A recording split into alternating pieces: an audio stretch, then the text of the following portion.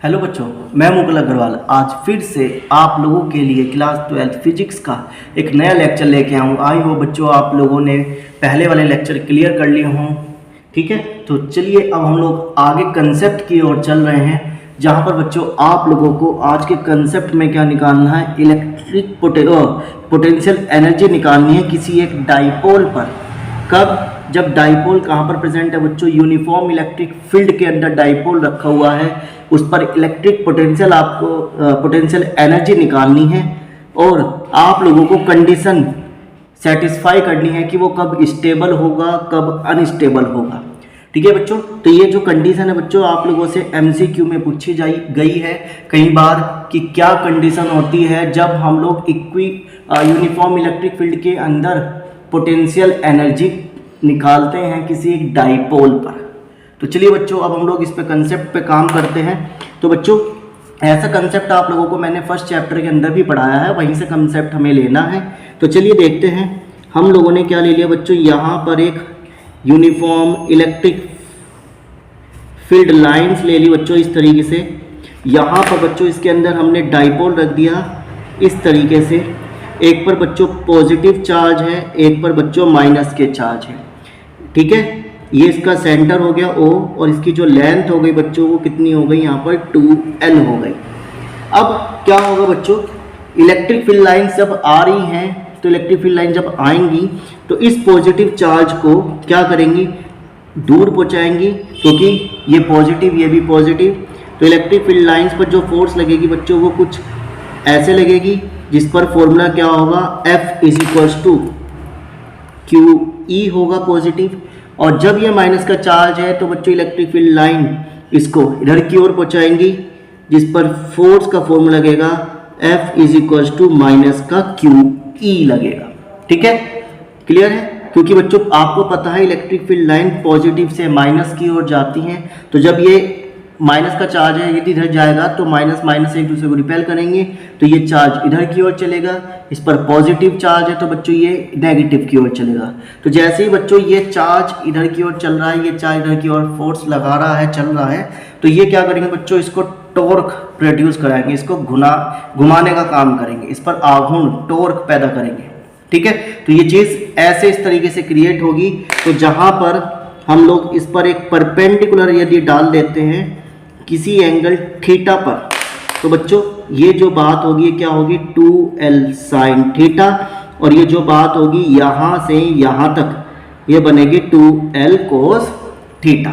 ठीक है, तो आप क्या लिखेंगे, वी नो डैट, हम लोग जानते हैं क्या, वी नो डैट, हम जानते हैं द टॉर्क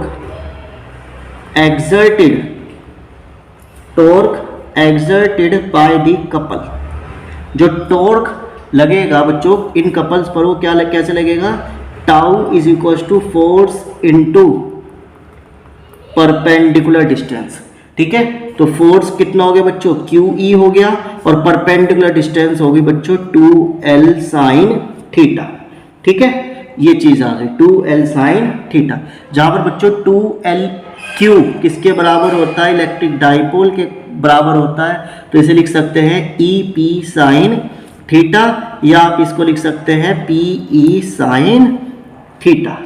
क्लियर है बच्चों, ये चीज यहां पर क्या हो गई, इस तरीके से जनरेट हो गई।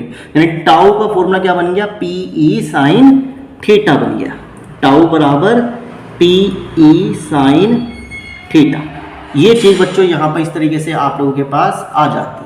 अब आपको क्या करना है बच्चों, यहाँ पर पोटेंशियल एनर्जी निकालनी है, यानी एनर्जी का मतलब है वर्क डन करना है। कितना वर्क डन होगा, तो बच्चों अब आप कुछ बात लिखेंगे इसमें, इफ द डाइपोल, यदि डाइपोल क्या करता है, रोटेट करता है, if the dipole is rotated through a small angle, एक स्मॉल एंगल से बच्चों डाइपोल क्या कर रहा है आप लोगों का, रोटेट कर रहा है, स्मॉल एंगल डी थीटा से क्या कर रहा है बच्चों, रोटेट कर रहा है, किसके अगेंस्ट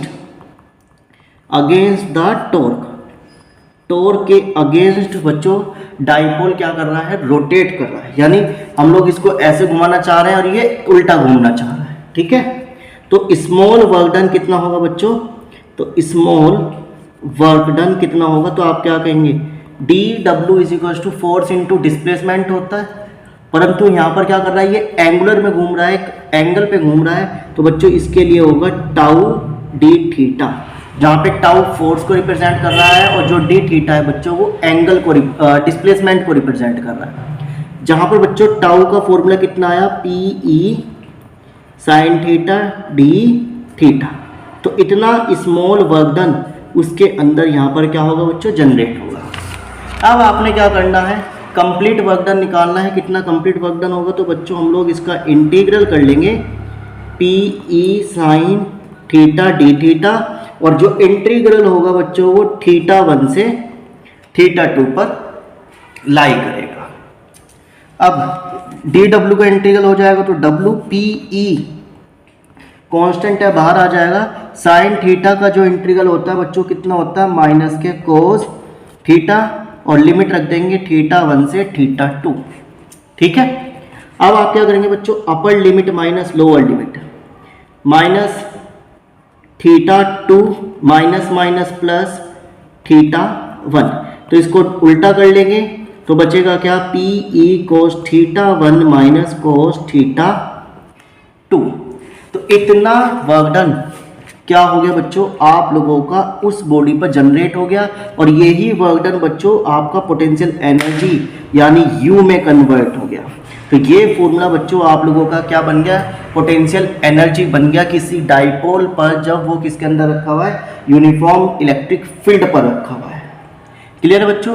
अब आपको क्या करना है, यहाँ पर कुछ अगर हम लोग बात करें, क्या यदि इफ थीटा जो θ1 है बच्चों वो कितना हो जाए, यदि 90 डिग्री हो जाए, और जो θ2 है बच्चों वो कितना हो जाए, हमारा θ हो जाए, तो क्या काम होगा।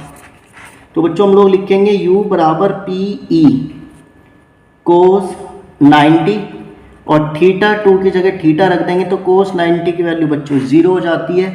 तो यानी पोटेंशियल एनर्जी कितनी बनेगी, पी ई कोस θ, जो माइनस है बाहर आ जाएगा। ठीक है, तो यानी जो आपको काम करना था वो अगेंस्ट करना था किसी टॉर्क के, तो जो माइनस है बच्चों वो रिप्रेजेंट कर रहा है कि आपका काम अगेंस्ट हो रहा है। ठीक है, तो यानी जो पोटेंशियल एनर्जी है वो आप लोगों की इसके अगेंस्ट हो रही है। ठीक है, तो इतना फॉर्मूला आप लोगों का यहाँ पर बन जाता है, जहाँ पर यदि आप इसको वेक्टर के फॉर्म में रिप्रेजेंट करेंगे तो क्या लिखेंगे, minus P vector dot E vector. ठीक है, इतने करने की जरूरत नहीं, हमें यहाँ तक करना था। इतना पोटेंशियल एनर्जी क्रिएट होती है जब किसी डाइपोल को इलेक्ट्रिक फील्ड के अंदर रखा जाता है। अब बच्चों इसके कुछ स्पेशल केस हैं। स्पेशल केस फर्स्ट, यदि हम लोग क्या ले लें, थीटा की वैल्यू 0 ले लें, तो क्या होगा बच्चों, u बराबर माइनस का पी ई कोस 0, तो कोस 0 1 हो गया, तो बच्चों बना क्या, पी ई बना माइनस का। ठीक है, और ये जब माइनस का पी ई बना तो बच्चों ये स्टेबल कंडीशन हो गई। स्टेबल कंडीशन हो गई यानी ना तो अब ये मुड़ पा रहा है ना ही ये घूम पा रहा है। ठीक है, यानी जब थीटा कितने डिग्री का हो जाए बच्चों, बिल्कुल 0 डिग्री, यानी ये अभी ऐसा था अभी बिल्कुल सीधा हो जाए, इलेक्ट्रिक फील्ड की डायरेक्शन में हो जाए, तो यहाँ पर ये स्टेबल कंडीशन यहाँ पर हो जाती है। अब सेकंड केस क्या लेंगे बच्चों, यदि थीटा कितना ले लें, 180 डिग्री ले लें, तो क्या होगा, u is equal to minus K P E cos 180, और कोस 180 की वैल्यू -1, तो बच्चों बना पी ई। तो यानी ये जो प्लस का पी ई बना, ये बच्चों आप लोगों की कैसी हो गई, अनस्टेबल कंडीशन हो गई। यानी अभी जो टॉर्क है ऐसे ना घूम कर कैसे घूम रहा है, उल्टा घूम रहा है, ऐसे पहुंच गया। ठीक है, तो ये कंडीशन क्या हो गई बच्चों, यहाँ पर अनस्टेबल हो गई। अब यदि हम लोग थीटा की वैल्यू कितनी डिग्री ले लें, 90 डिग्री ले लें, यदि थीटा कितना डिग्री ले लें बच्चों, हम लोग 90 डिग्री ले लें, तो कोस 90 की वैल्यू बच्चों 0 होती है, तो इसका मतलब है 0 पोटेंशियल एनर्जी। यानी जब ये डाइपोल इस तरीके से रखा हो इलेक्ट्रिक फील्ड के बीच में, इलेक्ट्रिक फील्ड लाइंस के बीच में, तो बच्चों उस पर जो एनर्जी होगी वो कितनी होगी, 0 होगी। ठीक है, तो आई होप आप लोगों को ये वाला कंसेप्ट भी यहाँ पर क्लियर हो गया हो। कि आप लोगों को पोटेंशियल एनर्जी निकालनी है किसी डाइपोल पर जो कहाँ रखा हुआ है, इलेक्ट्रिक फील्ड में रखा हुआ है, यूनिफॉर्म इलेक्ट्रिक फील्ड में रखा हुआ है, जिसका फॉर्मूला बच्चों आप लोगों का बनता है U बराबर माइनस का PE कोस थीटा। ठीक है, ये वेक्टर फॉर्म में आप लोग इसे रिप्रेजेंट कर देंगे। कोस थीटा हटाकर डॉट आता है, साइन थीटा हटाकर क्रॉस आता है। अब इसके लिए कुछ कंडीशन आपको कही गई थी। ये 0 डिग्री पर स्टेबल होती है, अनस्टेबल 180 पर होती है, जो जीरो पोटेंशियल होगा बच्चों 90 डिग्री पर होगा। तो बच्चों ये तीनों की तीनों कंडीशन आप लोगों की MCQ में किसी भी तरीके से पूछी जा सकती है। ठीक है, तो आई होप आप लोगों को ये चीज़ यहाँ पर क्लियर होगी।